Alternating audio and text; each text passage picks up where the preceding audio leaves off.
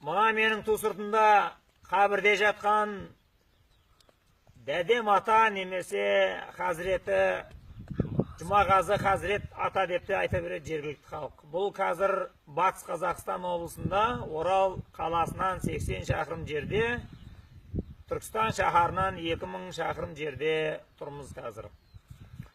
Бұл енді аңыз емес, басқа емес, 19 ғасырда нақты өмір сүрген тарихи тұлға, жас кезінде осы Батыс Қазақстаннан, осы Казталовка ауданынан кеткен, Түркістан шаһарына барып рухани білім алған, кәдімгі Қожа Ахмет Яссауидің теккесінде, медресесінде, содан осы хал ілімін меңгереді, хикметтер жаттайды, көкірек көзін ашады, сол жерде біраз уақыт мешітте имамдық қылады, кейіннен осы ата мекеніне оралаттағыны осы жерге келіп, Казталовка емес, осы СССР-дің кезінде бұл жерде Правда деген колхоз болған, миллионер. Енді өзінің руластары емес, басқа бір аталас туысқандарынан келіп осы жерде мынандай бір мешіт ашып бала оқытуға жер сұрайды. Енді аналар енді руы бөтен болғаннан кейін ауылдың ақсақалдары рұқсат етпеді дейді. Сол кезде осы Жұмағазы Хазірет атамыз аздап ренжіген, сыңай танытып былай теріс қарап кетіп баратыр еді дейді. Артынан қараған кезде жалындаған жалын, лапылдаған от көрінді дейді. Сол кезде ауылдың қариялары тұрып, ей тоқтаңдар, мынау бір қасиетті адам, әруақты адам, мұнымен ойнауға болмайды, сұрағанын беріңдер деп айтты дейді. Содан енді ол жерде келеді, енді бала шағасымен осы жерде жайлайды, енді медресе ашады, балдарды оқытады, сөйтіп осындағы қазақ балдардың көкірек көзін ашып, осы жерден хикмет ілімін таратқан дейді. Енді бұл енді 19 ғасырдағы әңгіме, енді бертіндегісінде мына СССР орнағаннан кейін Совет өкіметінің кезінде тың игеру дәуірі басталаттағаны бұл жерден Правда деген колхоз болған. Оның Шубин деген директоры болады. Сол енді Целинаның кезінде осы жерде осы Дәдем ата қор, осы қабірінің айналасына мынандай енді егінді саламыз деп тракторларды алып келіп жерді жыртады дейді. Сол кезде Құдайдың құтты күні техникалар сына береді, қирай береді, неше түрлі апатты оқиға көбейеді. Бұндай әңгіме Қазақстанда өте көп айтылады. Сонымен Шубинен күмән қылды дейді, қазақтар мына өздерінің әулие атасының басын жанында қорламас үшін әдейі істеп жатыр ма деп. Бір күні өзі келіп көзбен қарап тұрды дейді, әкелген техникасының бәрі қирап қалды дейді, салдыр күлдіреді. Содан тұрып, не қыламыз дейді ғой. Сонда енді ауылдың қарияларының бәрі айтты дейді, сен бізге бір сойуға ірі қара бересің, біз осы жерден жаңағыдай құрбандық шаламыз, Құран оқытамыз әруаққа, әулиені риза қыламыз. Жаңағы қазақта сондай сөз бар, өлі риза болмай, тірі баймайды деген, сен бізге бір ірі қара мал бересің деп. Сонда Шубин айтты дейді, мен бір өгіз берем сойуға, құрбандыққа, бірақ егер тасаттық бергеннен кейін жаңбыр жаумайтын болса, осы оқиға, келеңсіз оқиға тоқтамайтын болса, ана өгіздің ақшасын қайтарасыңдар колхозға деп. Келістік дейді. Содан жаңағы малды жығады, сол жерден оны сояды, Құранды оқытады.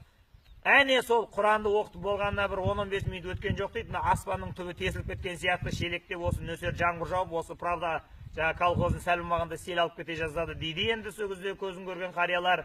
Содан не керек, ой фырмай, Алла деп сол жерде жаңағы Шубин атамыз иман келтіреді. Сосын бұл жерді қоршаңдар дейді. Сөйтеді тағы мына қабірстанның бәрін қоршайды. Бұл жерден жаңағы трактор анау-мынауларды жүргізбейді. Содан енді ол кісінің енді жаңағы қазағың бер жағында тұрсын ол енді жайында. Жаңағы Шубин деген көкеміздің жаңағы бұл кісіге құрметінің, махаббатының зор болған соншама жыл сайын колхоздың есебінен, үкіметтің есебінен бір өгізді алып келіп жылда құрбандық көктемде шалатын болған осы әруаққа арнап.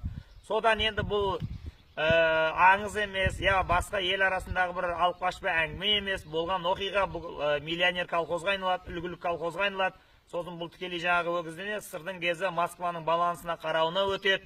Енді Шубиннің сол кезде дегенді бақ қонып қыдырданып сондай даңққа бөленген соншама, сол кезде жаңағы қазақ ССР-ның бірінші секретары Дінмұхаммед Қонаев атамыз бұл кісімен енді лично өзі жеке басы таныс болған, өзінің естелік кітаптарында бұл Шубин туралы жазады, осындай миллионер колхоздың бір керемет басшысы болды деп.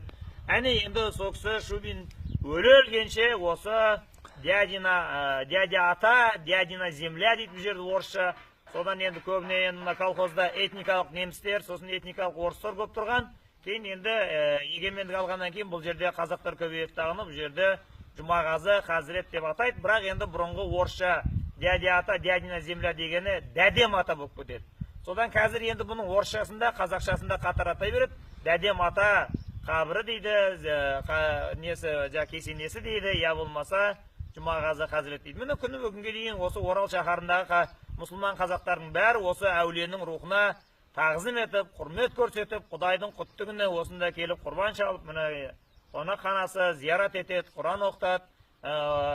Жыл сайын осы жерде Оралдың белсенді жігіттері мұнда сенбілік өткізіп, басын тазалап, осы тілмен жалағандай қылып, айнадай қылады. Міне енді бұл енді ескіден жеткен әңгіме емес, күні кеше болған оқиғалар, бұл енді тірі тарих, көзбен көріп, қолмен ұстап отырмыз. Тек енді кейінгі ұрпақ, алдыңғы ағалар бізге бір өнегелі, үлгілі істер айтпады, көрсетпеді, ден дұрыс әңгіме қалдырмады деп бізге ренжімесін деп, осы жерде дядя ата, дядина земляда кейінгі ұрпаққа осындай аз кем сөз шығарып отырмыз әні.